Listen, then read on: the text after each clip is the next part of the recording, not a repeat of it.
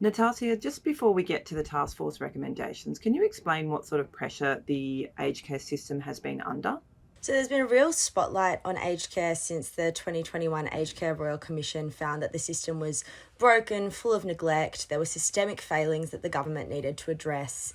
It heard accounts of abuse against residents, substandard food and medication practices, and also chronic workforce shortages. And workforce has really been a big one. The previous government promised some funding for the sector over 5 years, and the Albanese government, when it came in a year later, has since introduced a bunch of recommendations from the Royal Commission around mandated care minutes and star ratings for nursing homes, so that kind of gets to the service and quality end of the spectrum. But the one big issue that the Royal Commission left unresolved was around funding. And the commissioners couldn't agree on how to fund aged care into the future. So one of them backed a Medicare-style levy that was spent solely on aged care, while the other recommended a general levy of 1% to go to the federal government to support the sector. So this is why Annika Wells in June last year set up this aged care task force to try and answer that question and offer a blueprint for funding into the future. Yeah, because that's the sort of main theme, isn't it? That proper funding is critical, obviously, to the sustainability, well, to fixing the aged care system and then to making it sustainable. There are structural problems, though, aren't there, with the funding? I mean, how much trouble are we in when it comes to paying for aged care into the future? So for the federal government, there are 5 really fast-growing spending areas that are going to put huge budget pressure. Our colleague Shane Wright has called them the 5 donkeys of the budget apocalypse. So that's the health system, the NDIS, defence, the interest bill on government debt, and aged care. So it's a big federal government funding pressure. And then at the same time, aged care providers for a long time have said that they've been struggling. Industry data shows about half are making a loss. And the report this week said that on average, they lose $4 a day just on everyday living expenses. So residential aged care cost about $27 billion last year, but over the next decade, as the population continues aging, the Independent Parliamentary Budget Office has estimated the cost will rise to $64 billion by 23-24. So That's enormous. yeah, and so it's partly because of demographics. So within a decade, for the first time in history, Australia is going to have more people aged over 65 than under 18. The tax-paying workforce will also be aging, so people to age between 15 and 64 years will decline as a portion of the total population. And figures that Anthony Albanese highlighted this week say that within 4 decades, the number of Australians aged 65 and over is going to more than double, and the number aged 85 and over, which is typically your aged care demographic, is going to more than triple. And this will largely be baby boomers, which was a focus of Annika Wells in her press club speech last year. She said, we must act now because the baby boomers are coming. And so the extra dimension now at play is that baby boomers entering aged care are going to want a different model of care and standard of care than those before them. There is going to be a higher expectation around quality care and better services, and this is also going to put great pressure on the sector and on taxpayers. And maybe even intergenerational sort of battles about who pays for it, but we'll get to that in a minute. Just coming back to the task force report, which was released this week, what were the key sort of recommendations or takeouts from that report? Yeah, so the main principle around funding was that people who can afford it should pay more for their aged care. The question will be how this happens, and the task force recommendations were really high level, so it will be left to the government to decide, who exactly pays more and how much more they pay. So at the moment, residential aged care is funded in 3 ways. There are care costs, which is your day-to-day nursing and personal care, medication, allied health, that stuff. There's basic everyday living, which covers fee covers services such as meals, laundry and cleaning. And then there are accommodation costs, which at the moment you either pay this big lump sum before you go into aged care, which then gets refunded when you leave or die, or you pay a daily fee. So the task force said that the federal government should cover the entirety of people's care costs. At the moment, there's a means test there, which means some people pay, at most $73,000 across their lifetimes to get that care. So they said that should be entirely borne by taxpayers. But then that should be supplemented by asking people to pay a lot more for their everyday living, because the argument is they've paid for their everyday living expenses all their lives. So at the moment, that everyday living fee is capped at 85% of the age pension, which is about $61 a day. And providers say it actually costs them on average $80 a day. But the argument from the task force is, well, if you've always paid for your food, your cleaning, your gardening, your laundry, you should continue to do so. And then there is also recommendations around how accommodation should be funded. And that's a bit more complicated, but it did recommend phasing out this system where people have to put, a $500,000 deposit on average down just to get into a home in the first place. The other overarching principle was that the whole system really needed to be simplified and there should be clearer benchmarks. So at the moment, there are a range of different means tests for all these different funding mechanisms. And the task force said, well, pensioner status should probably be the general rule or the general threshold for when you're asked to pay more or not. And then there are also a bunch of recommendations around home care, which is going to be a bigger and bigger part of aged care as people elect to stay at home for longer. So, for example, moving that to a fee-for-service model would be a starting point as well. And the report sort of specifically ruled out a new tax or a levy to help pay for everything, didn't it? Why is that? What was the justification there? Yeah, essentially because, like you were saying, Jack, around the intergenerational tension, they thought it would be unfair. So they said, and this is a quote, there are substantial intergenerational equity issues in asking the working age population, which is becoming proportionately smaller, to pay for these services. And moreover, it said superannuation had actually been designed for this purpose, and people are now getting to the point where they are retiring with increasing super balances, and super was designed to support their retirement, which includes aged care. Especially when a third of super at the moment is expected to be passed along as inheritances by the middle of the century. The task force said that lump sum of money is what should be drawn on first to pay for people's aged care rather than asking taxpayers to do it. David, I want to bring you in here. The Aged Care Royal Commission final report was handed down 3 years ago to the previous government, the Morrison government, and Prime Minister Albanese has promised action off the back of this new task force report. But how much are we actually likely to see, and why has progress on this issue been so slow? It's incredibly complicated and it's also quite contentious. It hasn't, I think, really blown up as a major political issue this week because there's been a lot of other things happening, but it's got a lot of potential to cause trouble with a lot of voters. And so the government has moved very carefully. They've already done things like tried to address wages in the aged care sector, in response to the Royal Commission. So they have actually acted on some elements of the Royal Commission. But it's this funding model that is the long-term structural change that is so difficult to manage. And I think part of the dynamic here is really about supply and demand. A lot of Australians can see the problem, the sheer challenge in finding places for older Australians in aged care. It's incredibly difficult and incredibly complicated, and that's a real experience for a lot of people with their parents and for obviously those parents themselves, the elderly Australians trying to navigate this complicated system. Because the constraints are so significant and because the ageing of the population will put even more pressure there, I think in some ways this task force report kind of states the obvious about the fact that there is a limit to how much federal money can sustain it, and there's going to have to be a shift because people are going to end up being asked to pay more if they want better quality care. You can already see that happening in the way the market works. People who want better care do inevitably have to pay more, and that is the dynamic of selling their home in order to get the bond to get a place. That's happening now. It's going to be very difficult for the government to manage this because there's a real kind of loss to existing voters if, to take one example, the home care arrangements are changed.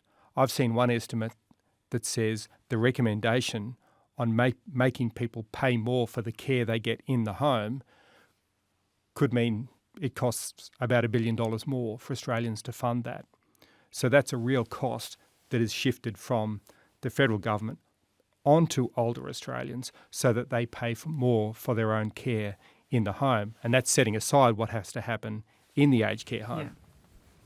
But these are all suggestions and recommendations, and they're sort of at that level, right? Like the government hasn't actually promised or pledged to do anything. What are we likely to hear from them in terms of actual pledges, and will it be around the budget, do you think? I think it'll have to be around the budget because they've got to make difficult decisions this year. They certainly can't make them in the budget before the next election, which I still think odds on would be early next year. So therefore, this budget this year is the time to actually bite the bullet and set some parameters about what the future of the system is going to be. It's usually at this stage of the political cycle when unpopular decisions have to be made. So what's the reaction to this taskforce report been from the opposition and from the sector itself, the aged care sector? Well, I've seen some interesting sort of support from some elements of the aged care sector, particularly the providers who feel that they're underfunded and need a better model. But I've seen fierce resistance from people who speak up for elderly Australians, the consumer side, if you like, of what is happening here. That's where the government's going to have a major challenge on its hands. At the same time, Natassia would have a better view on this, I think. I haven't seen the coalition start to really pick this up as and weaponise it against the government. And maybe that depends on how the government actually acts on specific recommendations, which we're yet to see. But we'll have to monitor that over the next couple of months. Well, tell me, I'm just interested in what the initial reaction from the coalition has been and whether or not you think this is, what political lines is this likely to fall down? I think, so aged care and NDIS were kind of set up quite early on, I think about a year ago by Peter Dutton as two of the areas where the coalition would try and work with the government, and so it was a kind of early offer of bipartisanship. You've seen with the NDIS, for example, they were also quite muted in their response to those reforms last year. And now with aged care, Anne Ruston is quite engaged in aged care. She speaks to a lot of providers, particularly regional and rural providers. But I think there is an understanding within the coalition that, this is a big issue that needs to be fixed, and it's better that Labor does it than it be a problem that they inherit when they come to government, because inevitably as a coalition government, it would be harder for them to make some of these tough decisions. So they have, and they again this week said that they would work with the government. Their main kind of attack line has been that the government's been secretive and the government hasn't brought them on board, which in the scheme of things is quite weak. So it does suggest, I think, that there will be a degree of bipartisanship on this issue. In terms of providers, a lot of them have been asking for a long time for people to pay more. The user contribution model was the provider's preferred model, so they're generally happy with that. I think there has been some surprise, though, that the task force didn't call for greater contributions on care costs, which, as we were saying before, the kind of nursing, medication, allied health costs, because they are the most expensive part. That would be very expensive. Yeah, so the idea that taxpayers should remain fully on the hook for that, one aged care consultant said to me this week that kind of leaves a huge structural issue intact because those bills are going to keep rising. And then I think from older Australians groups, you're kind of split here. You've got your self-funded retirees who are the ones who are a little bit more cautious because obviously they're going to be the ones who are paying more. So there's I guess a degree of hesitancy there. But generally willing to see what the government comes up with here. And then from other groups, I think the big concern is a safety net and the risk of a two-tiered system. So from older Australian advocacy groups who work more with vulnerable Australians, there is a real fear that they could be kind of left behind or relegated to a kind of bottom tier of services, and people don't want that to happen. So I think they're the things that the kind of stakeholders will be looking at when the government actually gets to responding to this. It's such an important issue, and as you say, it's a sort of structural problem that is not going anywhere. Tass, thanks so much for your expertise and talking us through all that. Thank you. And now we're going to welcome Paul Sakkal, who is coming at us from Melbourne. Hi, Paul. Hi, Jackie. So forget $1 million donations to political parties, because Anthony Albanese and his government have plans in the works to limit the amounts that can be donated to parties or candidates during each term of government. Paul, can you tell us exactly what the government's plans are?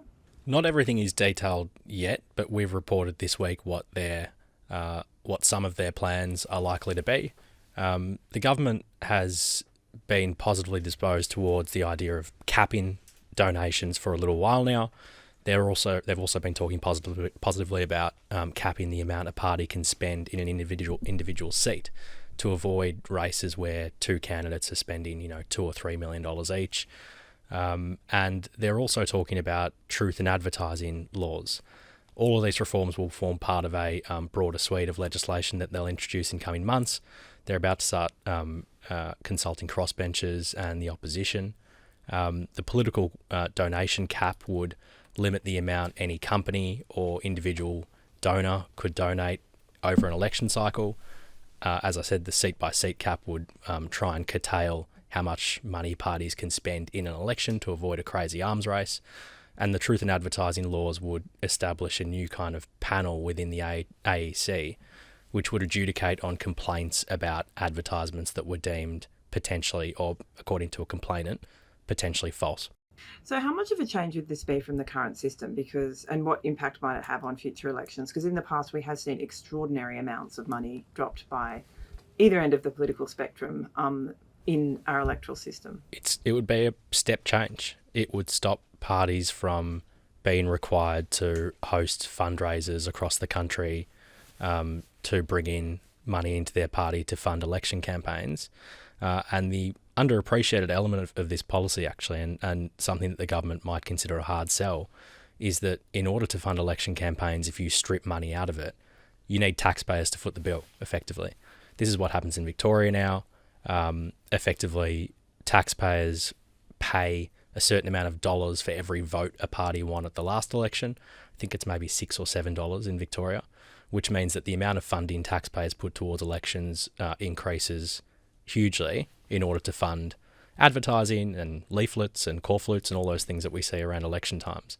But yeah, it would strip out the influence of people like Clive Palmer, to some extent Mike Cannon-Brookes on the left, Simon Holmes à Court, who helped fund the Teals, and integrity experts are very keen on this change. The Greens and left of centre crossbenchers are very keen, and moneyed interests are less keen. David, so talk us through where the various parties and independents fall on this, because, the Greens don't have a lot of huge, big-ticket billionaire donors. The Teals kind of do. The Coalition takes up, has plenty of big business donations. The union movement donates to the Labor Party. So, what do the different parties think about There this? are concerns about spending caps and campaign caps, donation caps, across the spectrum, really. A spending cap sort of breaches a freedom of speech issue for some on the Liberal side. In theory, you should be able to take out an ad if you want to get involved in political debate. That's a right that everybody has. I think there's clearly an issue with the scale of that spending, given the $117 million that Clive Palmer put into this before the last election. So there are some principles at stake. Labor obviously has the union movement behind it, and the union movement has in the past actually headed off reform on political donations, did so in the Rudd government. I think here the big issue is what happens with the independents. The crossbench and the changing of the crossbench is one of the big shifts in federal politics over the last 5-10 years. Would they be at a serious disadvantage if there were caps put on spending, especially spending per seat? And the view from the crossbench and a lot of other groups is that they would suffer if there's a deal done between Labor and the Liberals to come up with a cosy arrangement that might limit donations in a way that helps the major parties and hurts challengers. And bear in mind, the challengers do not have the advantage of incumbency that the major parties have. They don't have dozens of staffers who are already earning wages at public expense, who can then go into a political campaign when the election is called. And they don't have existing printing allowances unless they're already in Parliament. So they already feel that they're fighting an uphill battle to challenge Labor or the Liberals in an existing seat. And I think that's a fair point. And so therefore, when there's a debate about how to cap donations and how to cap expenditure, there will be pressure from Climate 200, from the independents, from the crossbench, to say, okay, well, look, you can't structure this to hurt the crossbench. It's got to be a fair system for all. And I don't know exactly where that compromise can land, but I do think that there's a great concern on the crossbench that in the end, Labor and the Liberal sides will do a deal that helps them, and they'll have the numbers in the lower house and the upper house, and the crossbench could be cut out of the action. You know, it's estimated that it would cost $2 million to run a campaign in a city seat for an independent challenger.